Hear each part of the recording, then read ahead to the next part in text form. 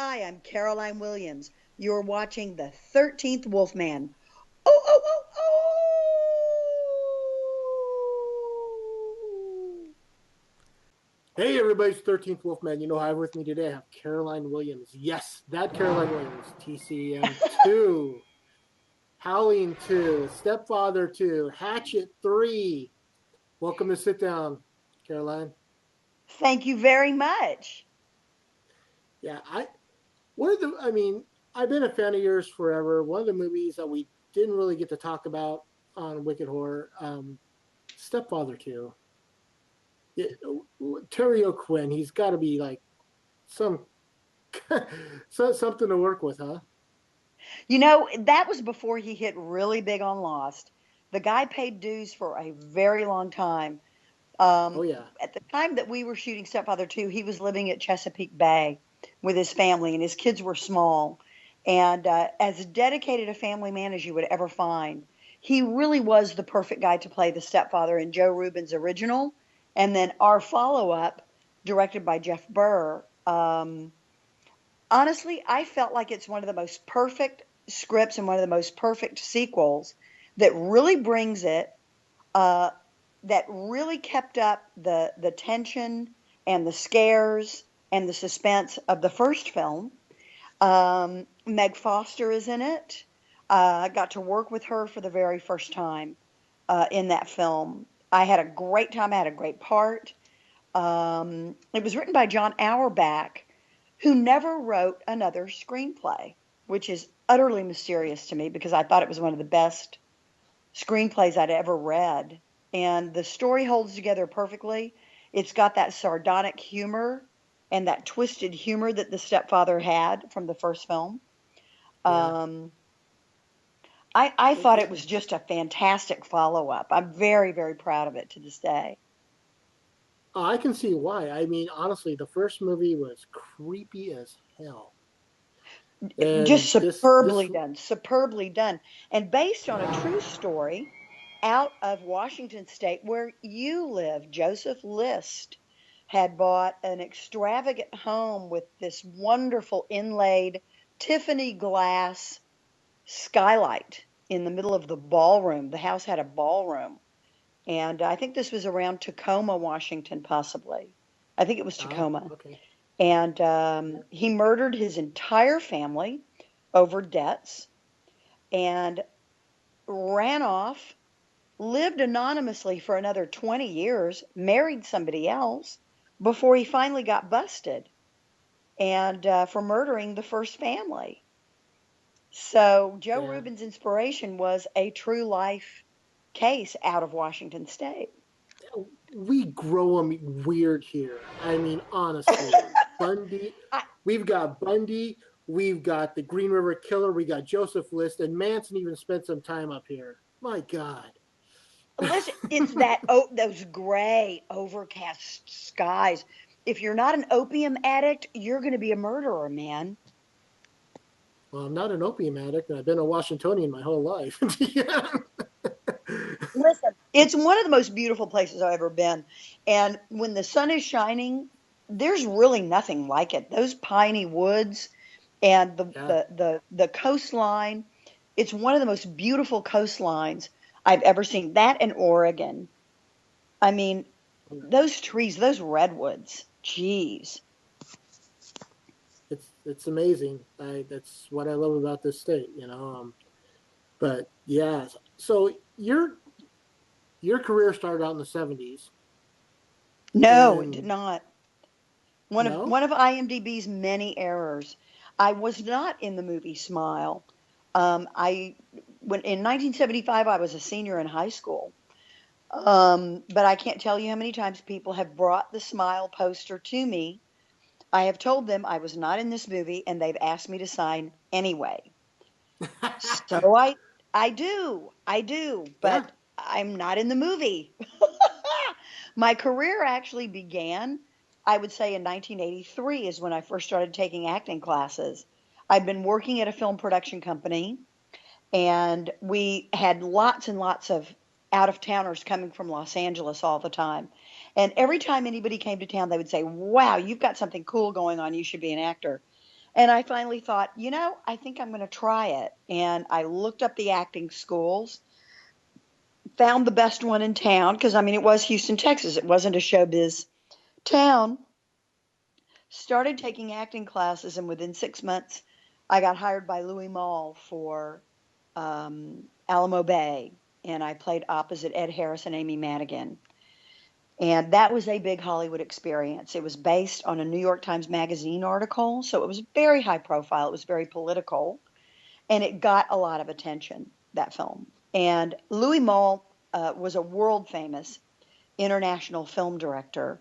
He had directed Au revoir les enfants, Atlantic City with Burt Lancaster and Susan Sarandon, and then Pretty Baby, which was a scandalous Brooke Shields movie. She played a child prostitute. And he was revered. And he was married to Candice Bergen, who was also a very big star at the time. But that's what launched my career. And once that happened, once I had that credit, everything just sort of rolled. And by 86, I had gotten to go read for Chainsaw 2, and I got it. And once again, it just it completely, propelled me forward, brought me to LA. That's very cool. I mean, you've done a lot of, not so much. You've done a lot of horror, but you've also done a lot of other stuff. You did Days of Thunder. Yeah, that was really an amazing experience because I'd never been on a major star-driven studio film before. And that was my first experience. And it was a Tom Cruise film, who, by the way, was an incredibly nice guy with impeccable manners, treated every single person on set and crew like royalty, was regularly flying in and providing special meals, meal trucks. He threw extravagant parties, um, and gave every single member of cast and crew a Christmas gift. Mine was a Sony mini television. Um, I was paid very, very well, and I was on the payroll for 11 weeks. You can't ask for more than that. And I got to work, of course, for Tony Scott, who was a man of immense joy and Yeah. creativity and testosterone. It's easily one of the most manly movie sets I've ever been on because you've got Don Simpson, Jerry Bruckheimer, Robert Towne, Tom Cruise, Michael Rooker, um, um, Nicole Kidman, Robert Duvall. Nicole Kidman, Uh, Randy Quaid, Carrie Elways, um, you know, yeah. I've never Yeah. experienced Robert Duvall. I've never experienced anything like that, and likely never will again because the '80s were such a singular. The late '80s and early '90s were such a singular time for movies. It's almost like a return to the golden era of the '30s and '40s.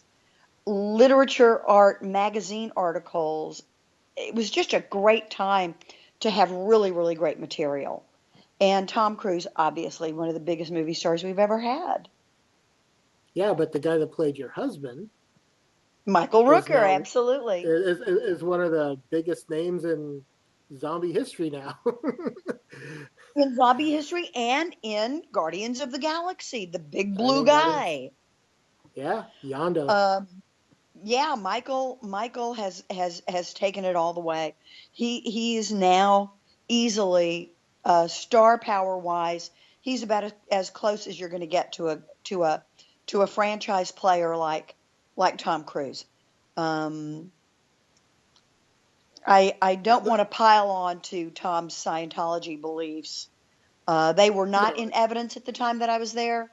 Um, it was at the time that he was getting together with Nicole Kidman and divorcing his wife. And, like I said, also one of the other players, one of the few women on the movie, Leilani Sorrell, played a cop and in the movie that does a little seduction technique on the side of the road with Tom. Nicole, obviously. But um, there was a track bum. Oh, no. Oh, God, I can't remember anybody's name. Margot Martindale, who is an Oscar and Emmy winner, um, had a small role in the film.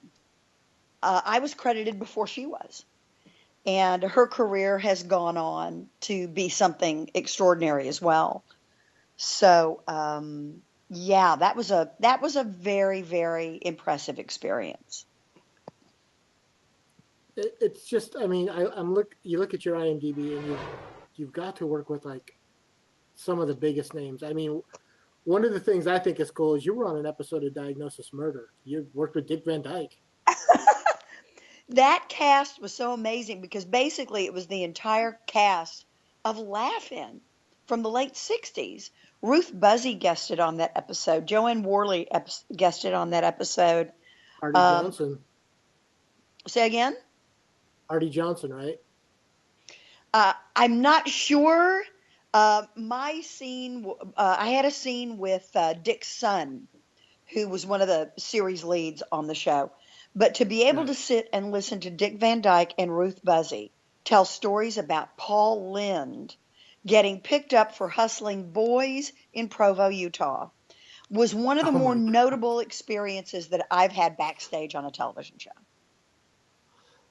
See, that's a great. I mean, that's a great career.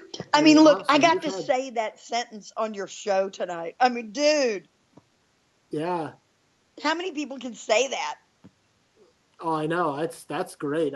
It's that I remember that episode. It was Tim Conway was in that episode also. He was. I was not in scenes with him, and I did not get to meet him. Yeah, but that's funny. I love that. Paul Lynn. Oh my God, it makes so much sense now. I know. I know. It's just so funny.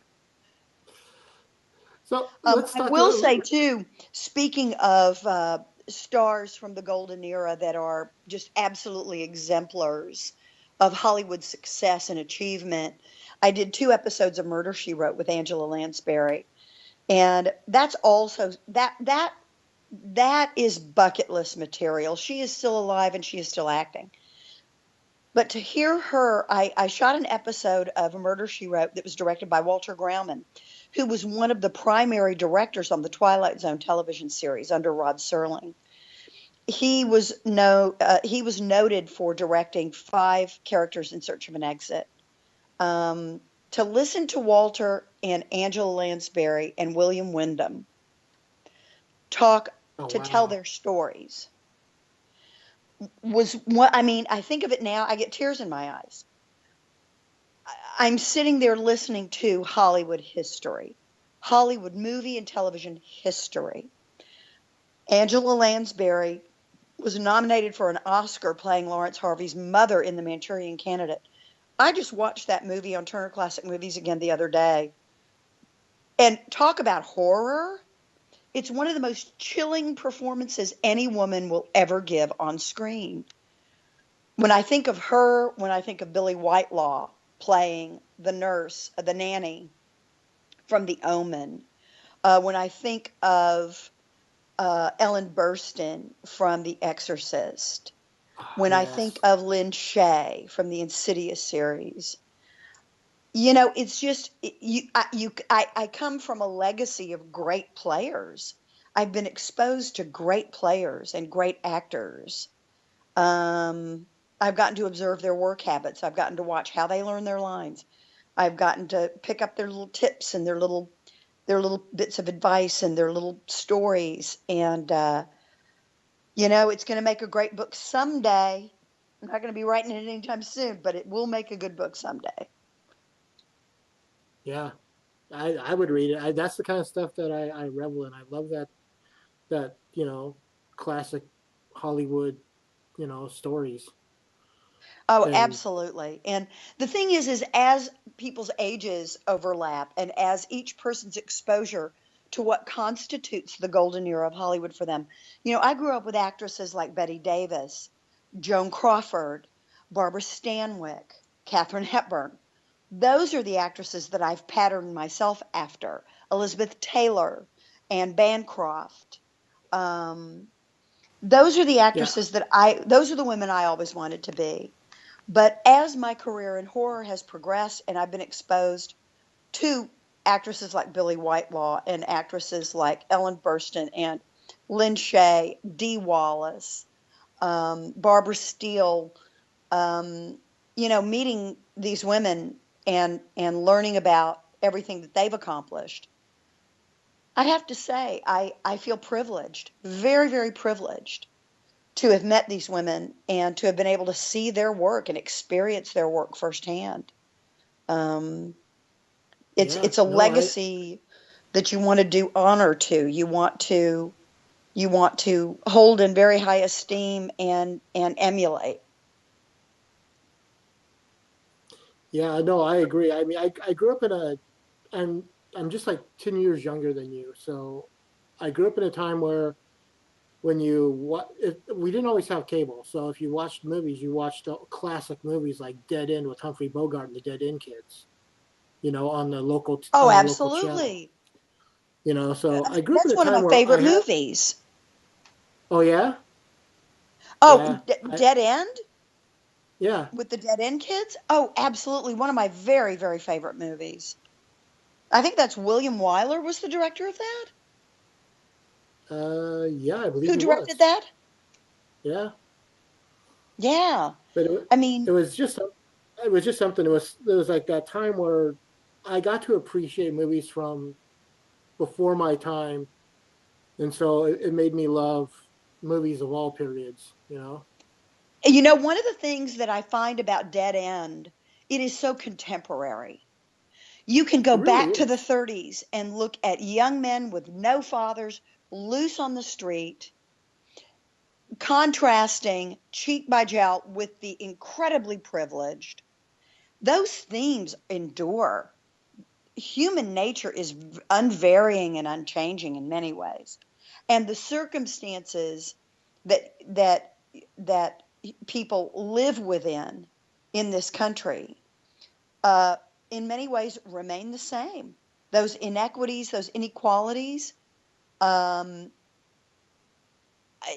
those themes endure. And you watch Dead End today, and the clothes might be different, and the language might be different, but the themes and the human experience, and the emotions, the emotional lives of the characters, they all remain the same.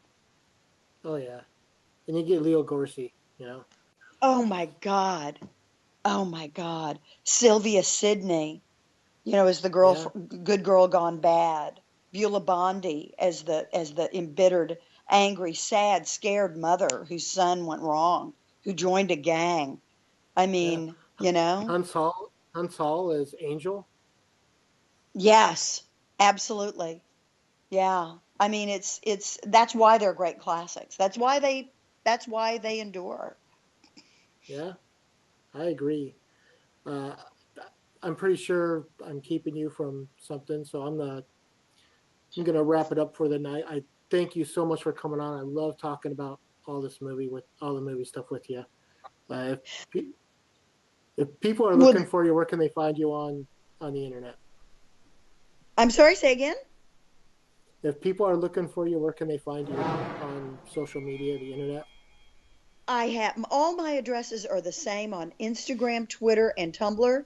You can find me at Willie Caroline, WILLICAROLINE. That's WILLICAROLINE. Instagram, Twitter, and Tumblr. Well, Caroline, again, thank you for coming on. This has been a great time. And for Caroline Williams, I'm the 13th Wolfman, and I'm on the prowl. Thanks, dude.